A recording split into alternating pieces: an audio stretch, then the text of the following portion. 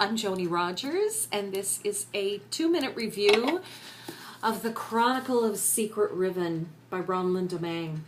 This is a sequel to a book that I read last year and loved, The MAPMAKER'S War. And what I loved about MAPMAKER'S War was that it was so unexpected. I went into it not knowing what I was going to be picking up, and she swept me into this very rich literary storytelling, mythology, fairy tale kind of vibe, which I loved and totally went with to the end of the book.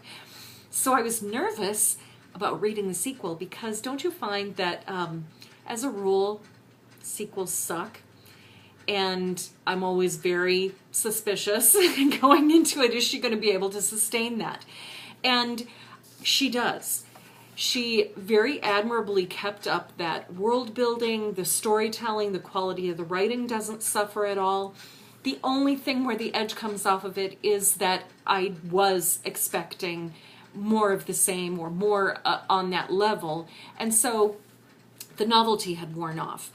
But she pitches in there, and with great craft skill, she sustains that world building and the quality of the writing and brings us now some new characters and some really beefy elements that expand that world even more in your mind and make it even more difficult to resist that third book. Definitely. I'll be totally sucked in for the third one.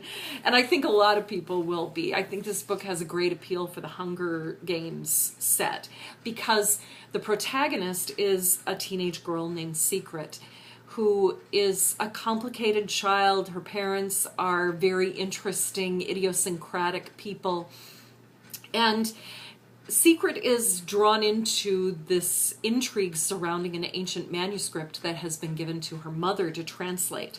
The manuscript has kind of a deleterious effect on her mother in some weird way. She starts to have nightmares and just goes into this very dark place. And then Secret becomes terribly ill, falls unconsciously, feverishly into this fugue state, and when she awakens from it, discovers that she's fluent in the language of this ancient manuscript. And then her, well, I won't give any spoilers there, but things start happening quickly, and she is ultimately kind of on her own in the world with this great, I mean, there's like a sort of a Wizard of Oz element to it because she attracts a core group of people to her who mentor and befriend her, but also there's this very strong antagonist who is, shadowing over the action. It's a very Games of Thrones-y kind of politics going on, and there's a lot of plot twists and intrigue. I think she does a really admirable job with it all. And what kept me reading and appreciating this book most is these great moments of unexpected turns of phrase that just, I had to mark this one for you toward the end of the book. Took my breath away. I mean, it's so simple but so lovely. The great sleep dreamed a wish to awaken. See, it's like you're walking along and you see this crocus among the grass. It's full of great moments like that. She's a very talented writer, and I'm highly recommending Chronicle of Secret Riven by Ronald Domain, but do read MAPMAKER'S War first.